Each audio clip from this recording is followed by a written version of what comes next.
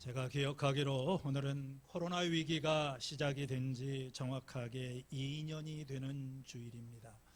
2019년도 11월 달 중국의 우한에서 처음 확진자가 발생한 이후에 우리나라에서는 1월 21일 날 2020년이죠. 첫 확진자가 발생했습니다.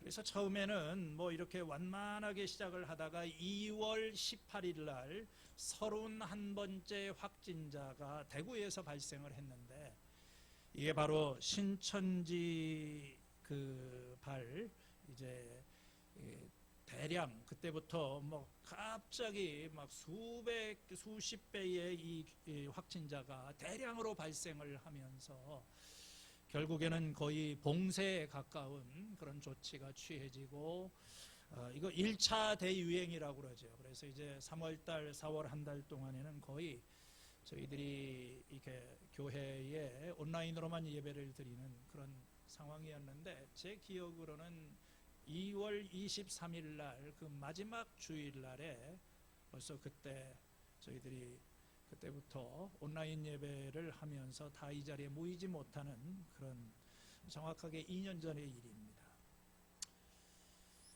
2020년도에 대학 생활을 시작한 이 새내기들을 코로나 학번이라고 부릅니다. 2년제 전문제 대학의 이 코로나 학번들에 관한 신문 기사를 보았습니다.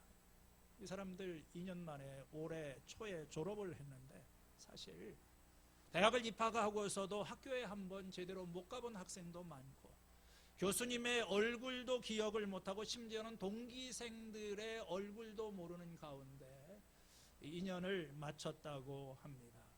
자동차학과, 간호학과 이런 데 가서 실습을 해야 되는데 실습도 제대로 하지 못하는 참 어려운 시기를 보내었던 것입니다.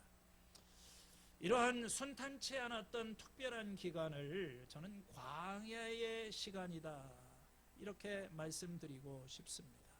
광야의 시간. 광야라고 하는 것은 우리들한테 익숙하지 않은 그런 개념입니다. 그냥 사전을 찾아보면은 넓을 광자에 들 야자, 아득하게 너른 들판, 영어로는 윌더니스라고 되어 있습니다. 또는 데저트라고도 하는데, 이 말 자체는 거친 곳, 버려진 곳, 황량하게 메마르고 거친 땅, 이게 사실은 광야입니다. 우리나라에는 광야 자체가 없어요. 산도 많고 또 이렇게 대부분 농지이기 때문에 광야. 그러나 이 이스라엘 나라에 가면은 사방천지가 사실은 광야입니다. 남쪽에 시나이 반도의 시나이 광야, 북쪽에 시리아 광야, 또 이렇게 유다 광야.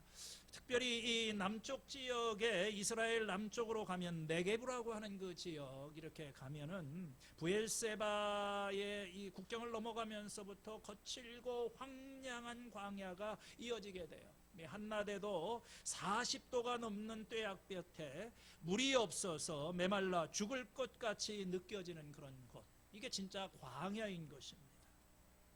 저도 이스라엘 나라를 가게 되면 꼭 가보고 싶은 데가 이 광야를 가보고 싶어요. 이스라엘 나라 사람들이 이 에집트를 떠나서 가나안 땅에 올 때 40년간 방황을 하던 곳이 바로 시나이 광야였었어요. 그 큰 광야 안에 작은 광야들이 있지요. 수루 광야, 신 광야, 르비딤 광야. 이 광야라고 하는 것은 지리적인 장소이면서 동시에 영적인 은유로 우리가 이해할 수 있습니다. 성경에서 이 광야는 고난과 고통, 그리고 시험과 환난의 장소를 의미합니다. 광야는 메마름의 장소입니다. 혼돈과 공허의 장소이고, 또 뭔가 이 광야는 사람들에게 긍정적이기보다는 부정적인 장소로 생각이 됩니다. 누구나 피하고 싶고 그 누구나 가기 싫어하는 곳. 그러나 광야는 다른 한편으로 굉장히 매력적인 장소이고 아름다운 장소라고 해요. 우리가 이 대도시 안에서 도시 생활에서 볼 수 없는 뭔가 이 광야의 그 아름다움, 하나님께서는 이 광야에서 이스라엘 백성들을 키우시고 그들을 인도하시고 하나님의 사람들을 만들어 가셨던 것입니다. 얼마 전에 나온 책 가운데 이 광야를 살다라고 하는 그런 책이 있는데 제가 이번 주에 설교 준비하면서 구입을 했습니다. 이분이 또 그보다 앞서서 광야를 읽다, 이건 목사님이 쓰신 책인데 정말 책을 잘 썼어요. 글 자체도 아주 뛰어나지만 이 내용을 보면 우리가 영적으로 대단히 교훈이 될 수 있는, 혹시라도 자기 자신이 인생의 광야를 지금 지나가고 있다 하시는 분이라면 좋은 것 같아요. 제가 이 책을 저쪽에다가 은혜방에다 놓을 테니까 이건 먼저 가져가시는 분이 가서 읽으시는 거죠. 그렇지만 부탁은 가지고 가셔서 오래 가지고 있지는 마세요. 이거 그냥 몇 시간이면 다 읽으니까. 그래서 여기에 보면은 여러 가지 광야에 대해서, 무슨 그냥 눈에 보이는 광야뿐만 아니라 가인의 광야, 아브라함의 광야, 하갈의 광야, 요셉의 광야, 엘리야의 광야, 이렇게 많은 광야 이야기들을 잘 풀어가고 있습니다. 저는 오늘 이 시간에 이 다윗의 광야 생활이다 하는 그런 제목을 가지고 하나님 말씀을 같이 상고해 보고자 합니다. 여러분, 다윗의 인생에도 광야의 시간이 있었습니다. 어린 시절에 사무엘에게 이스라엘의 왕으로 기름 부음을 받고 그가 정식으로 보좌에 오르기까지 한 10년, 한 10몇 년 정도의 그런 기간, 그게 바로 광야의 시간입니다. 이 기간 동안 다윗은 지명수배자가 되어서 그는 광야로 쫓겨나 목숨을 부지하는 고난의 삶을 살아가게 됩니다. 오늘 읽은 이 사무엘상 23장은 다윗의 외롭고 고달팠던 이 광야의 도피 생활을 생생하게 보여주고 있어요. 그 도피 생활의 주 무대가 바로 광야인 것입니다. 정확한 우리가 연수는 알 수 없지만 대략 한 10년 정도를 광야에서 도망자로서 살았을 것이라고 추측이 됩니다. 이 다윗이 사울을 피해서 도망을 갔던 첫 번째 은신처는 아둘람굴입니다. 우리 지난주에 이 말씀을 살펴보았어요. 그 아둘람에 모여든 그 수백 명의 그 추종자들과 함께 사울의 추격을 피해서 모압으로 잠시 이동을 했다가 선지자 가세 말대로 유다로 다시 돌아가라, 이렇게 돌아왔어요. 돌아와서 그들이 첫 번째 간 장소가 그일라라고 하는 그런 곳입니다. 하나의 마을을 이루고 있었습니다.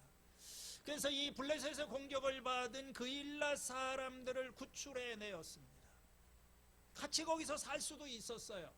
그런데 이 다윗이 거기에 있다는 얘기를 듣고 위치가 노출이 되어서 사울이 추격을 해왔습니다. 다윗은 그 말을 듣고 그일라를 포기하고 이제 여러 곳으로 떠돌아다니게 됩니다. 오늘 이 말씀에 보면 다윗이 이 그일라를 떠나서 여러 곳을 떠돌아다니는데 그게 바로 광야입니다. 오늘 이 14절 이하에서 25장, 26장까지 보면은 이 광야가 한 15번 정도에 걸쳐서 많은 광야, 십광야, 마온 광야, 24장 1절에는 엔게디 광야, 25장 1절에 가면은 바란 광야. 이 다윗은 광야를 다닐 수 있는 광야는 다 돌아다니면서 피해 다녔다고 하는 것입니다. 주로 이것은 다윗이 다녔던 그 광야는 그 출애굽할 때의 이 시나이 광야가 아니라 그 큰 광야가 아니라 유대 광야라고 불리는 그런 것입니다. 한번 그 그림을 지도를, 이게 이스라엘 지도가 이게 이상하게 돼 있는데 하여간 여기에 오른쪽 중간에 있는 그 퍼런 것이 그 사해바다, 저 꼭대기에 갈릴리 호수 이렇게 해가지고 이렇게 한번 요걸 약간 90도로 뒤집어서 그 공중 그 항공 사진을 좀 보여주시기를 바랍니다. 요게 이렇게 보면 네게부 유다 광야라고 했는데 그 왼쪽 끝에 있는 것이 이게 이제 북쪽의 갈릴리고 오른쪽 이게 기다랗게 돼 있는 그 퍼런 것이 사해바다지요. 그 사해바다 옆에 빨간색으로 좀 점점이 돼 있는 그 부분들, 여기가 유다 광야라고 하는 거. 색깔을 보면은 이 북쪽으로 올라가거나 이 그 중간지대 이어는 이렇게 어떤 이게 푸른 지역인데 이 사해바다 쪽으로 그리고 이 남쪽으로 지금 우리는 오른쪽으로 보게 되면 거기서부터 이렇게 암갈색으로 되어 있습니다. 기후가 확 변하는 거예요. 그래서 이건 뭐 이게 이제 유다 광야인데 유다 광야는 사막하고는 다른 그런 지역입니다. 그냥 비가 오지 않아서 식물이 잘 자라나지 않거나 사람이 살 수 없게 된, 한번 그 다음에 사진을 보여줘. 대략 이런 지역입니다. 마을이 별로 없고 거의 뭐 사람이 살지 않는 그런 지역, 황량한. 그 다음도 한번 보여주시기를 바랍니다. 이런 지역이에요. 그리고 또 이렇게 보면 뭐 어떤 골짜기에 뭐 동굴도 있고 뭐 이런 식으로. 그래서 이제 유명한 데가 사해바다 옆에 있는 나중에 엔게디 옆에 그 어떤 동굴이 참 유명한 데가 뭐 쿰난 동굴, 이런 데가 다 유다 광야에 이렇게 암갈색으로 되어 있는 것입니다. 여러분, 다윗이요, 이 사울의 추적을 피해서 돌아다닌 다 이런 지역입니다. 여러분, 생각을 해보시기를 바랍니다. 혼자 지금 도피를 하는 것이 아니라 자신을 추종하는 병사들, 남자들만 600명의 사람들, 어떻게 보면은 한 어린아이들과 가족들을 합쳐서 2천 명이 넘는 이 추종자를 이끌고 먹을 것을, 식량을 구하고 잠잘 곳을 확보하고 도망을 다니면서 이런 곳을 다니는데, 이게 정말 얼마나 이게 쉽지 않아요. 이런 생활을 10년 동안을 하고 다닌 겁니다. 정말 광야지요. 어느 목사님이 이 엔게디 지역을 방문해 가지고, 바로 아마 요게 엔게디 뭐 근방 비슷하게 생겼을 거예요. 절벽에도 올라가 보고 동굴 속에 들어가면서, 야, 이렇게 험한 환경에서 다윗이 어떻게 목숨을 부지하고 살았을까, 그런 상상을 해보았다고 합니다. 여러분, 이 다윗에게만 광야가 있는 것이 아니라 인생을 살다 보면 우리는 누구나 한 번쯤 광야를 지나가게 되는 것입니다. 누구에게나 문제가 있고 어려움이 있고 시련과 고통이 있는 것입니다. 어떤 사람은 가정 문제 때문에, 어떤 사람은 자녀 문제 때문에, 어떤 사람은 건강 문제 때문에, 또는 사업이나 직장 문제 때문에 인생의 광야를 경험할 때가 있습니다.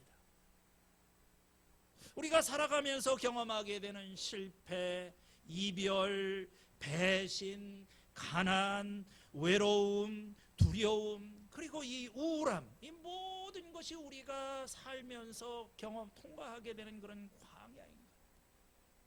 평탄했던 그런 삶이, 안정된 삶이 갑자기 광야로 내던져지는 때가 있습니다. 이 어두움의 깊은 골짜기를 지나갈 때가 있어요. 광야는 모든 것, 아무것도 없는 그런 장소입니다. 뭐 씨를 뿌릴 수도 없고, 음식을 구할 수도 없고, 농사를 지을 수도 없는 그런 곳입니다.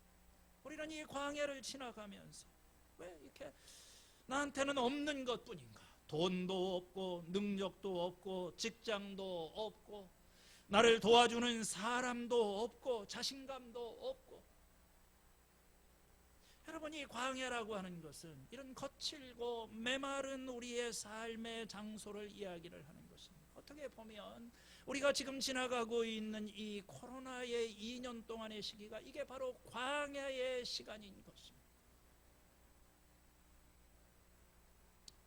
문제는 이 광야가 끝이 보이지가 않는다고 하는 거예요. 얼마를 더 가야 되는지 짐작조차 할 수가 없습니다. 이제 저 광야가 끝나면은 가나안 땅에 들어가리라고 생각을 했는데, 가나안 땅에 들어가 보니까 거기도 광야가 있는 것입니다. 우리는 광야를 통과했다고 생각을 했는데, 한 번 들어갔다 나오면 끝나는 그런 곳이 아니에요. 하나의 광야가 끝나면 그 다음 광야가 이어지고 있는 거예요. 메말라 있어요. 우리의 영혼이 이렇게 메말라 있고, 정말 이 코로나 진짜 광야인 것 같아요. 이스라엘 백성들은 광야를 통과하다가 많이 죽었지 않습니까? 우리가 이 인생의 광야를 지나가면서 하나님과의 관계도 광야가 뭡니까? 하나님 안 계시는 장소 아닙니까? 영혼의 어두운 밤이 이 어두움을 지나가는 것. 이 광야를 지나가는데 얼마의 시간이 걸릴지 우리는 모릅니다. 속히 빠져나가고 싶지만 그렇지 못할 수도 있을 것입니다. 나만 광야에 있는 것처럼 느껴져요. 딴 사람들은 다 잘 살고 있는데. 여러분, 광야가 없는 사람은 없습니다. 나 혼자만 광야를 지나는 것이 아니에요. 살아있는 사람은 누구나 다 이 광야를 통과합니다. 성경에 나오는 믿음의 사람들은 모두 다 광야를 통과한 사람들입니다. 위대한 믿음의 사람들 가운데 광야를 지나가지 않은 사람은 없어요. 있어요. 있긴 있는데 두 사람이 있습니다. 한 사람은 하나님에게 버림을 받았던 사울 왕이고, 다른 한 사람은 인생의 마지막에 하나님을 버렸던 솔로몬 왕입니다. 이런 사람들은 광야가 없었어요. 광야는 선택사항이 아닙니다. 이것은 반드시 통과해야만 되는 그런 과정인 것입니다. 광야를 지나지 않으면 가나안 땅에 들어갈 수가 없어요. 우리의 삶 자체가 광야인 것입니다. 오늘 이 인생의 광야를 지나가는 사람들, 그것이 눈에 보이는 광야이건 아니면 우리의 영혼 내 안에 있는 이 메마른 광야이든 어떤 것이든 간에 우리는 이 광야를 지나갈 때 공통적으로 사람들이 하는 말은 왜라고 하는 질문이에요. 왜 나를 이 광야에 들어오게 하셨습니까? 우리 조금 전에 찬양을 같이 부르셨었죠. 왜 나를 깊은 어두움 속에 홀로 두시는지, 어두운 밤은 왜 그리 길었는지, 나를 고독하게 나를 낮아지게 세상 어디에도 기댈 곳이 없게. 이게 광야입니다. 내가 광야에 있는 거예요. 왜 하나님께서 나를 이 고통스러운 광야에 나를 두고 있는 것입니까? 도대체 이 광야는 언제 끝나는 것인가? 얼마나 더 가야만 되는 것인가? 돌아가는 길은 없는 것인가? 다윗은 어떻게 광야에 들어가게 되었습니까? 그 대답은 굉장히 심플합니다. 사울이 다윗을 죽이려고 했기 때문에 그런 거예요. 다윗은 스스로 원해서 광야에 들어간 것이 아닙니다. 쫓겨서 들어갔습니다. 무슨 사진을 찍으려고 아름다운 그 자연을 보기 위해서 자기 스스로 광야에 들어간 게 아니에요. 사울의 추격을 피해서 더 이상 갈 곳이 없기 때문에 광야까지 간 것입니다. 여러분, 인생의 광야, 많은 광야가 나하고는 아무런 관계없는 이유로 시작이 됩니다. 내 잘못이 아니에요. 나의 선택이 아닙니다. 어떤 사람이, 어떤 상황이 나를 이곳으로 몰아넣은 것입니다. 참 그런 광야가 있어요. 요셉이라고 하는 사람의 광야가 그랬습니다. 그가 이집트의 노예로 팔려가서 감옥에서 13년이라고 하는 세월, 이 그 어두움의 감옥에 던져지게 된 것은 그건 자기 잘못이 아닙니다. 그 어떤 형들의 악행 때문에 그는 그 광야를 지난 거예요. 모세도 마찬가지입니다. 그가 에집트에서 도망을 쳐서 미디안 광야에 40년 광야 생활을 지나게 된 것은 이 바로가 살아있기 때문에. 그래서 이런 광야는 언제 끝나냐면 사울이 죽어야 합니다. 다윗이 죽어야 돼. 왜 이 모세가 40년이라고 하는 기간을 있어야 되는 거예요? 바로가 살아있잖아요. 바로가 죽으니까 이제 돌아갈 수가 있었어요. 다윗도 마찬가지예요. 이 다윗의 광야는 언제 끝나냐면은 사울이 죽으니까 그때 광야가 풀린 거예요. 이건 나의 선택하고 별로 관계가 없는 것 같습니다. 물론 자기 자신의 잘못으로 광야에 던져지는 경우도 있습니다.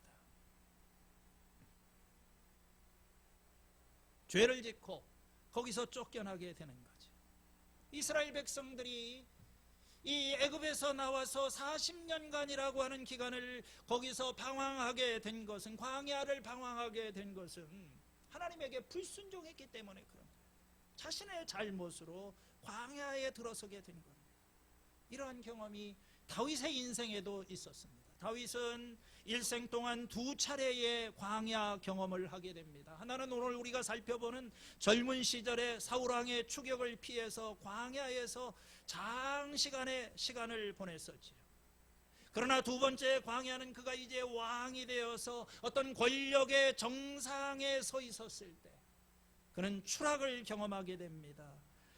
압살롬의 반란이 일어나게 되고 그는 예루살렘을 버리고 광야를 향해서 다시 피난을 가는 거예요. 이 두 번째 광야는 첫 번째 광야보다 훨씬 나이가 들어서 그는 자식에 의해서 쫓겨나가게 되는 이런 정말 그 뼈아픈 그런 인생의 노년의 광야를 경험합니다. 이건요, 기본적으로는 다윗의 잘못된 선택에서 비롯된 것입니다. 여러분, 우리 삶의 고난을 바라보는 두 가지의 시각이 있습니다. 하나는 이 자연적인 관점입니다. 앞에 우리가 이제까지 살펴본 것은 사울이 다윗을 죽이려고 하기 때문에, 그가 살아있기 때문에 그냥 내가 피할 수 없는, 아니면 어떤 인간의 실수나 죄에 의해서 당하는 그런 고난, 그건 어떤 인간적인 관점에서. 그러나 이 광야의 시간을 바라보는 또 다른 관점이 있어요. 그건 초자연적인 관점, 하나님의 시각으로 바라보는 거예요. 이 고난은 하나님께서 일하시는 시간입니다. 장소입니다. 비록 인간의 실수와 인간의 죄에 의해서 이런 고난이 닥쳤지만 하나님께서는 이 고난을 통해서 일하시고 고난 가운데 일하고 계시는 거예요. 이 고난의 광야를 통해서 하나님의 뜻을 이루어 가시게 됩니다. 요셉의 이야기가 그거 아닙니까? 형들은 요셉을 죽이려고 했지만 하나님께서는 그 고난을 통해서 그 민족을 구원하시는 그 뜻을 이루어 가십니다. 그래서 광야는 하나님께서 자기 백성을 훈련하시는 장소가 됩니다. 이스라엘 백성들이 광야를 통과하면서 그들 속에 있는 이 뿌리 깊은 어떤 죄성과 이런 것들을 이제 제거하면서 하나님의 사람으로 만들어져 가는 거예요. 다윗을 하나님께서 이 고난의 광야 속에서 10여 년의 세월을 지나가게 하시면서 그를 하나님께서 준비시켜 주십니다. 광야는 하나님이 일하시는 장소입니다. 광야에 가면 아무것도 없어요. 아니, 아무것도 할 수 없습니다. 거기서 딱 하나, 우리가 할 수 있는 것 뭘까요? 하나님입니다. 광야는 하나님이 일하시는 장소, 광야는 하나님의 은혜를 경험하는 장소입니다. 여러분, 이 광야는 하나님의 은혜로만 살아갈 수 있는 곳이에요. 하나님 은혜가 아니고서는 하루도 견딜 수 없는 곳이 바로 광야인 것입니다. 그래서 하나님께서는 이스라엘 백성들이 광야를 지나갈 때 구름 기둥과 불 기둥으로 그들을 이렇게 보호해 주시고, 먹을 것이 없는 그 광야에서 만나와 메추라기를 통해서 그들을 먹여 주셨어요. 광야는 하나님의 은혜로 살아가는 그런 곳입니다. 오늘 말씀을 보게 되면 다윗의 이 광야 생활에서 다윗은 하나님의 놀라운 그 은혜, 보호하시고 공급하시고 인도하시는 그 하나님의 은혜를 경험합니다. 광야를 지나는 동안 하나님께서 어떤 일을 하셨습니까? 첫 번째는 사울의 추격에서, 사울의 위협에서 그를 지켜주십니다. 아마 이 다윗의 광야 생활을 가장 잘 압축적으로 보여주는 게 14절의 말씀입니다. 우리 다 같이 한번 말씀을 읽어보시겠습니다. 시작. 그리하여 다윗은 광야의 산성을 찾아다니며 숨어 살았다. 그는 바로 십광야의 산간지역에서 살았다. 그동안 사울은 날마다 다윗을 찾았지만 하나님이 다윗을 사울의 손에 넘겨주지 않았다. 여기 이제 광야라는 말이 두 번이나 나오죠. 산성이라는 말도 이게 다 광야에 있는 그런 것입니다. 여러분, 광야에서 무엇을 했습니까? 다윗은 사울에게 매일 쫓겨다니고 있었어요. 사울은 집요하게 그를 추격하고 있습니다. 날마다 다윗을 찾았다고 그랬어요. 샅샅이 뒤지면서 다윗이 있는 곳을 찾아서 날마다 그를 찾았습니다. 그런데 다윗은 잡히지가 않았어요. 왜요? 그가 몸이 날렵해서 무슨 대단한 전략이 있어서 그런 것이 아닙니다. 오늘 성경 말씀을 보니까 하나님이 그를 지켜주셨다고 그랬어요. 하나님이 다윗을 사울의 손에 넘겨주지 않으셨다. 그래서 사울의 손에서 살아남은 것입니다. 19절에서부터 28절까지의 말씀을 보면 하나님께서 다윗과 그의 부하들을 어떻게 보호하셨는지, 구체적으로 어떻게 보호하시는지를 보여줍니다. 고발이 들어갑니다. 이 10사람들이, 10광야에 있는 사람들이 이제 사울에게 사람을 보내어가지고 다윗이 지금 여기에 있다고 고발이 들어갔어요. 그 이야기를 들은 사울의 부대가 다시 출동을 해서 다윗을 체포하기 위해서, 여기 마온 광야라고 되어 있죠. 마온 광야 와가지고 이제 거의 근접을 했습니다. 그 산 하나를 사이에 이렇게 두고 계곡을 두고 서로 마주하고 있는 그런 상황에서 지금 막 포위 공격을 하려고 하는데 갑자기 예상치 못한 일이 생깁니다. 전령이 와서 사울 왕에게 블레셋이 지금 쳐들어왔다, 돌아가야 된다. 사울이 다윗을 추격하던 공격을 멈추고 돌아간 거예요. 여러분, 이게 우연이 아니지요. 하나님이 하십니다. 이런 식으로 하나님께서 다윗을 보호해 주셨어요. 오늘 우리가 이 세상을 살아가면서 사탄은 어떻게 해서든지 우리를 넘어뜨리려고 집요하게 우리를 추격하고 넘어뜨리려고 기회를 엿보고 있지만, 여러분이 염려할 필요가 없어요. 하나님께서 이 날마다 사울이 그를 추격하고 있지만 하나님께서 그를 사울의 손에 넘겨주지 않으셨다. 다윗은요, 사울을 피하면서 이 산성에 숨어 있었다고 그랬습니다. 광야의 산성이라고 그랬죠. 이 산성은 요새라고 하는 그런 말입니다. 요새, fortress. 이 요새라고 하는 게 무슨 어떤 인공적으로 만든 요새가 있지만, 지금 이 다윗이 숨어들었던 것은 유다 광야의 이게 천연적인 요새입니다. 이 광야에는 굴도 있고 계곡도 있고 깊은 골짜기로 이루어져 있어요. 그래서 이런 것이 하나의 요새가 되는 것입니다. 가장 유명한 것이 이 마사다 요새로, 여러분 이름 들어보셨죠? 그 유다 광야의 높은 곳에 얼마나 이 천혜의 요새이든지 로마 군대가 이 작은 곳 하나를 점령하기 위해서 1년, 거의 한 2년 가까이 올라가지를 못하다. 그런 곳이죠.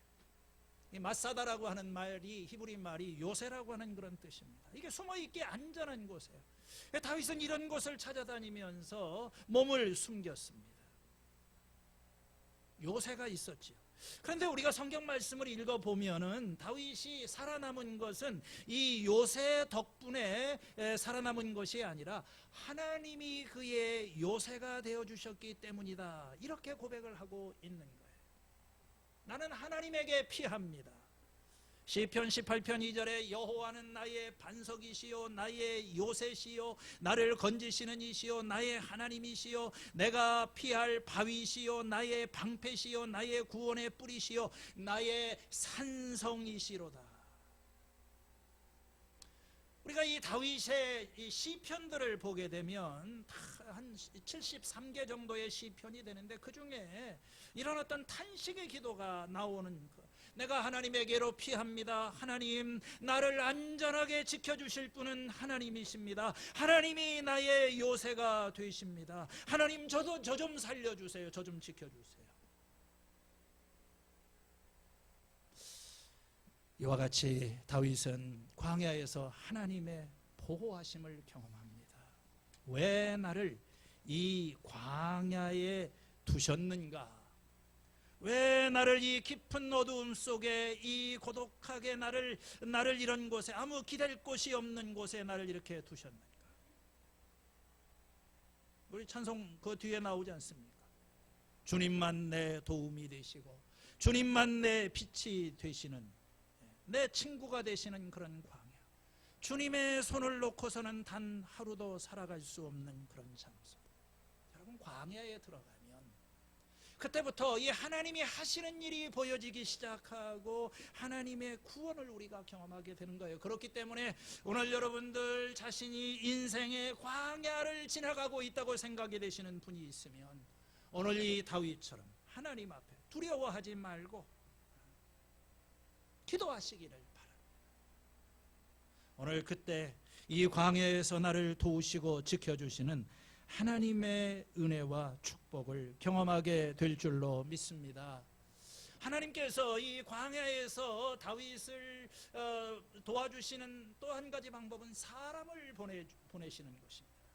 15절 16절인데요. 15절 말씀 후반절에 보면 다윗이 십광야의 호레스에 있을 때에 사울의 아들 요나단이 호레스로 다윗을 찾아와서 하나님을 굳게 의지하도록 격려하였다. 요나단이 찾아온 거예요. 다윗이 그 광야에 있다는 소식을 듣고 그 다윗의 그 절친 요나단 찾아와가지고 격려를 하고 하나님을 의지하도록 이렇게 힘을 불어넣어줬어요. 여러분, 때때로 우리가 힘들면 하나님께서 사람을 보내서 이렇게 자꾸 격려를 해주세요. 이 격려하는 방법이 뭐냐면은 자꾸 하나님 우리에게 말씀을 주는 것입니다. 17절에 보면은 다윗에게 말하였다. 전혀 두려워하지 말게. 자네를 해치려는 나의 아버지 사울의 세력이 자네에게 미치지 못할 것에 자네는 반드시 이스라엘의 왕이 될 것이세. 두려워하지 말라. 여러분, 우리 마음속에 자꾸 광야를 지나면서 우리에게는 두려운 마음이, 미래가 없는 것 같고 길이 없는 것 같고 하나님도 안 계시는 것 같고, 그때 하나님께서 이 요나단을 보내어서 말씀을 주시는 것입니다. 약속을 확인시켜 주는 거예요. 너는 반드시 왕이 된다. 나도 알고 우리 아버지도 그걸 알고 있고 하나님의 약속은 반드시 이루어진다. 이 하나님이 약속하신 그 말씀을 다시 한번 들려주세요. 다윗에게 선지자 역할을 하는 거죠. 여러분, 우리가 이 광야를 지나면서 혼란과 두려움에 빠질 때마다 이걸 해결하는 방법이 뭡니까? 하나님의 음성을 들어요. 광야는 하나님의 음성이 들려오는 곳입니다. 이 광야를 히브리 말로 미드바르 이렇게 말합니다. 따라서 해보세요. 미드바르. 이 미드바르라고 광야, wilderness. 이 광야 이 말이 두 개로 돼 있어요. 미라고 하는 것은 전치사입니다. 뭐뭐로부터 from. 다바르. 이건 어떤 말하다, 어떤 뭐 사건, 여러 가지 의미가 있어요. 미드바르 하면은 뭐 거기로부터, 그곳에서 말하다 말씀하시다. 여러분, 이 광야라고 하는 것은 말씀이 들려오는 그런 장소인 것입니다. 하나님께서 광야에서 말씀하세요. 이스라엘 백성들이 신의 광야를 지날 때 하나님께서 그 신의 광야에서 모세를 통해서 말씀하세요. 40년 동안 광야를 돌면서 하나님을 만났습니다. 광야에서 하나님의 음성을 들었습니다. 여러분, 광야로 나가면 하나님의 음성이 들려요. 이스라엘 백성들은 하나님 음성을 들으려면 광야로 나가야 된다, 그렇게 생각을 했던 것 같아요. 마태복음 3장 3절에 광야에서 외치는 자의 소리가 있어 너희는 주의 길을 예비하라, 그의 길을 평탄케 하라. 누굽니까? 침례 요한이에요. 그는 이 요단강 근병에 있는 이 유대 광야에서 주님의 길을 예비하라고 외치고 있는 것입니다. 사람들이 이 광야에서 외치는 자의 소리를 들으려고 몰려드는 거예요. 너희가 무엇을 보려고 광야에 나갔더냐? 바람에 흔들리는 갔더냐? 좋은 옷을 입은 사람이냐? 그거 아니다. 선지자를 보려더냐? 선지자보다 더 위대한 자, 침례 요한이 광야에서, 여러분, 광야에 가면은요 하나님의 음성이 들리기 시작하는 거예요. 도시에서 들을 수 없었다, 우리가 이 건물 안에서 들을 수 없었던 하나님의 음성이 들려오는 거예요. 여러분, 광야는 풀 한 폭이 나무 한 그루 자라지 않는 곳입니다. 밤하늘에 별밖에 보이지 않는 곳이에요. 이 절대 고독과 절대 침묵이 흐르는 그런 곳입니다. 그래서요, 되게 이 기도원, 우리나라 기도원은 뭐 도시에도 있고 뭐 어떤 물 좋고 산 좋은 데 있지만 이스라엘 나라에 가면 이 수도원이 지금도 가면 수도원이 수백 개의 수도원들이 있어요. 이 수도원들이 대부분 광야에 다 있습니다. 뭐 굴 속에다가 어떤 때는 사람이 접근할 수도 없어요. 옛날에 지금이야 뭐 그런 게 없는 그래가지고 이게 사람이 깎아지는 어떤 절벽에 이런 어떤 광야 이렇게 해가지고 음식을 위에서부터 줄로 이렇게 매달아 내리는 거예요. 안 나와요. 거기서 평생 안 나오는 거예요. 기도하다가 죽어요. 뭐 음식을 했는데 이게 음식을 먹지 않았으면 그게 죽은 겁니다. 그게 광야예요. 제가 터키에도 가보고 미국에서 한 10여 년 전에 그 뉴멕시코 산타페 근방에 있는 제가 영성 수련하기 위해서 거기를 갔을 때 거기에서 거기도 뉴멕시코 미국에 가니까 거기에도 사막 지역이 있더라. 그래서 한 1시간인가를 운전해 가지고 그 데저트 그래가지고 이 사막 수도원이라는 데를 정말 갔는데 정말 거기는 깊은 황량한 데 들어가지고 바위하고 아무 뭐 이런 거밖에 없어요. 거기 수도원을 아름답게 지어놨더라. 근데 들어가는데 달라요. 전 그런 거 처음 느껴봤습니다.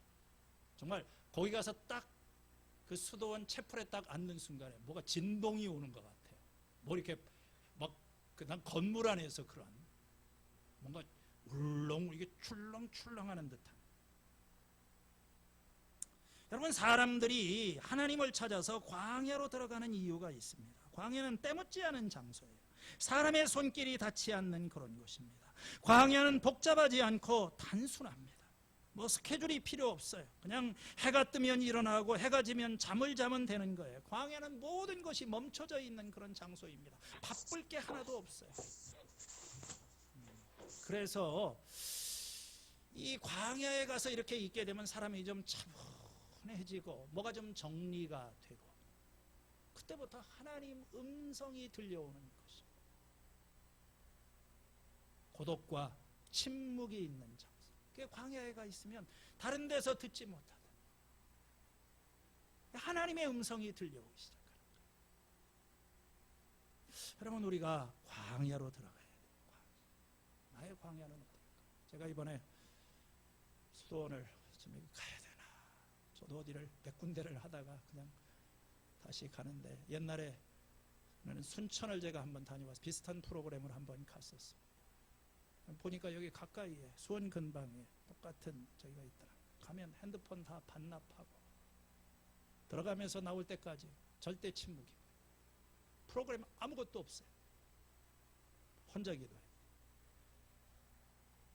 광야로 들어가는 거예요. 여러분 우리에게 광야가 필요해요. 이 시끄러운 세상 속에서 내가 교회에 와 있지만 아직도 이 잡소리, 잡생각 이게 끊어지지가 않으니까 하나님의 음성이 들리지를 않습니다. 하나님에게 집중을 할 수 없어요. 여러분, 여러분의 광야의 시간 이걸 어떻게 우리가 뭐 진짜 비행기 타고 이스라엘을 갈 수도 없고 하나님과 함께 하나님하고만 혼자 있을 수 있는 시간과 장소를 마련하라는 거예요. 새벽기도 시간이 될 수도 있고 여러분의 집이 될 수도 있고 우리에게는 광야가 필요해요. 다윗은 이 광야의 세월을 통하여 하나님의 사람으로 자아가 깨어지고 성령의 사람으로 다시 태어나게 되고 정말 주님의 사람 오늘 하나님께서 우리들로 하여금 왜 이 광야를 통과하게 하시는가? 왜 이 광야가 이렇게 길게 이어지는가? 다양한 광야가 있어요. 잊혀지는 광야가 있고 쫓겨남의 광야가 있고 고독의 광야가 있고 시련의 광야가 있고 아브라함, 하갈, 요셉, 모세, 이스라엘 백성, 나오미, 엘리야, 침례 요한, 예수님, 사도 바울 다 공통점이 뭐냐면 이 사람들이 자이든 타이든 하나님에 의해서 광야를 들어가게 된 사람들. 하나님께서 이 광야를 들어가게 하는 데는 그분의 목적과 뜻이 있는 것입니다. 그리고 그 광야에 들어가게 하시는 하나님의 목적과 뜻이 이루어졌을 때 우리는 비로소 광야에서 나올 수가 있는 것입니다. 이들은 광야에서 하나님을 만났어요. 그래서 하나님은 우리를 광야로 들어가게 하시는 것입니다. 그리고 광야에서 나온 다음에야 비로소 하나님에게 쓰임을 받을 수 있었어요. 광야의 시간이 있었기 때문입니다. 오늘 여러분들 삶에 이 광야를 지나가고 계신 분이 있다면 하나님의 은혜를 통해서 이 광야의 기간을 잘 견디고 광야를 통하여 하나님과의 새로운 교제 속에 관계 속에 들어가고 주님의 사람으로 다시 태어나는 그런 은혜가 우리 모두에게 있기를 축원합니다.